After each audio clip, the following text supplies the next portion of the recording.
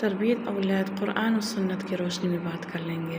قرآن پاک میں ارشاد ہے یا ایھا الذین آمنوا قوا انفسکم واہلیکم نارا، سورۃ تحریم آیت نمبر 6۔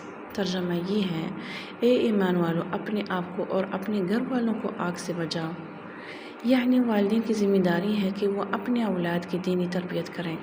اور حدیث نبوی صلی اللہ علیہ وسلم کی روشنی میں کلکم راع وکلکم مسئول عن رعیتہ، بخاری اور مسلم کی حدیث ہے۔ اس کا ترجمہ یہ ہے تم میں سے ہر ایک نگہبان ہے اور ہر ایک سے اس کی رعیت کے بارے میں والدین